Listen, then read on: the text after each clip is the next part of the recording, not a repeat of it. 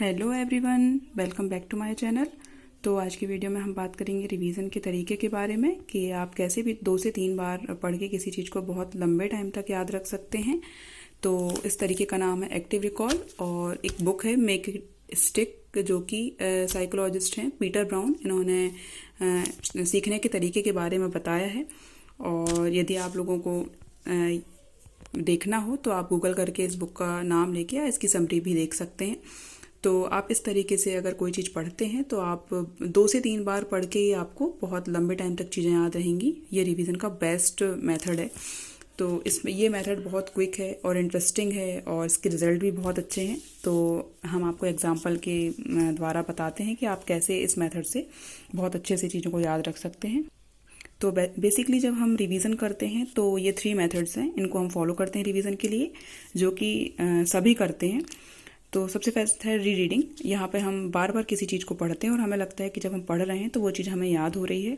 Second है short note. हम important चीज़ों की शॉर्ट नोट बनाते हैं। कुछ लोगों को तो इसका तरीका भी नहीं पता है और वो सारे पेज को ही नोट कर लेते हैं शॉर्ट नोट के फॉर्म में। और कुछ लोग हाईलाइट करते हैं कि इंपॉर्टेंट चीज़ों को हाईलाइट कर लें और फिर उसको पढ़ते जाते हैं। तो ये तरीका बेस्ट नहीं है रिवीजन का। हमें ऐसा इसमें लगता है कि हमें सब कुछ याद हो रहा है, हम बार बार पढ़ रहे हैं तो, पर जब हम क्वेश्चन सॉल्व करते हैं तो हमसे कुछ ना कुछ सिली मिस्टेक्स होती रहती हैं और बार बार हमसे क्वेश्चन गलत होते हैं। और यहाँ पर इसमें ये कनेक्टेड मेमोरी की प्रॉब्लम होती है कि आपको बस लगता है कि छोटा सा कोई हिंट मिल जाए तो फिर हमें आंसर याद आ जाता है, फिर हम बता देते हैं। और हम बहुत सीक्वेंस में चीज़ें याद रखती हैं कि एक के बाद एक चीज़ें हमें याद होती हैं। और एग्ज़ाम फॉर्मेट भी कुछ अलग होता है तो हम भूलते हैं चीज़ों को। और जब हमसे कोई क्वेश्चन पूछा जाता है तो हमें ऐसा लगता है कि ये चीज़ यहाँ लिखी हुई है, इस पेज में लिखी हुई है, ये बीच में लिखी हुई है, पर हमें एग्जैक्ट आंसर याद नहीं आता है कि इसका आंसर एग्जैक्ट में होगा क्या। तो इस मेथड से हमें बहुत लंबे टाइम तक सारी चीज़ें याद रहेंगी। तो आप यहाँ एग्जाम्पल के फॉर्म में देख सकते हैं कि फॉर एग्जाम्पल जैसे हमें यहाँ पे मौलिक अधिकार फंडामेंटल राइट्स वाला जो चैप्टर है उसको पढ़ना है। तो आप सबसे पहले क्या करेंगे, बुक ओपन करेंगे। तो जैसे आप यहाँ देख सकते हैं कि जब मुझे ये तरीका नहीं पता था तो मैं सारी चीज़ों को हाईलाइट कर लेती थी। और जैसे आप यहाँ पर देख सकते हैं कि हमें जैसे मौलिक अधिकार पढ़ने हैं तो आप पहले इसको पढ़ें अच्छे से, सिर्फ एक पेज को पढ़ें।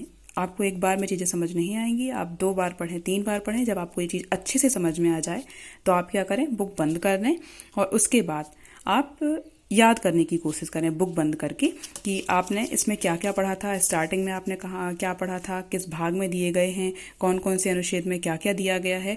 और आप सिर्फ वही पॉइंट को यहाँ पर हाईलाइट करेंगे जो आपको फिर बाद में जब याद नहीं आएगी फिर आप बुक ओपन करेंगे और फिर वही पॉइंट हाईलाइट करेंगे जो आपको जब आपने याद किया था तो आपको याद नहीं आ रहे थे।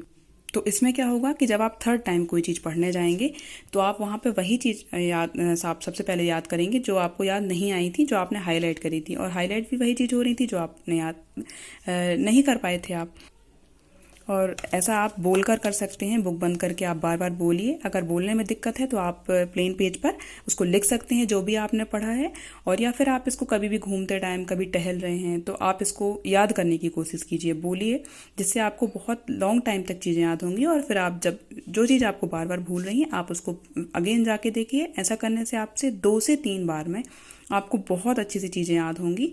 और उसके बाद आप क्या कर सकते हैं, क्वेश्चन जो होते हैं, जैसे आपने ये मूल अधिकार वाला टॉपिक पढ़ा है तो आप इसके मैराथन जो क्वेश्चन है या टॉपिक एमसीक्यू वाली बुक है, आप सिर्फ क्वेश्चन लगा के देखिए। जब आपसे क्वेश्चन नहीं आएंगे, जो क्वेश्चन नहीं आएंगे, तो फिर आप सिर्फ उसी क्वेश्चन को जाकर देखेंगे। ऐसा करने से आपका टाइम भी बहुत बचेगा और आपको बार बार बोरिंग तरीके से वही चीज़ पढ़ने में दिक्कत नहीं होगी। और इस तरीके से आपको 2 से 3 बार में ही चीज़ें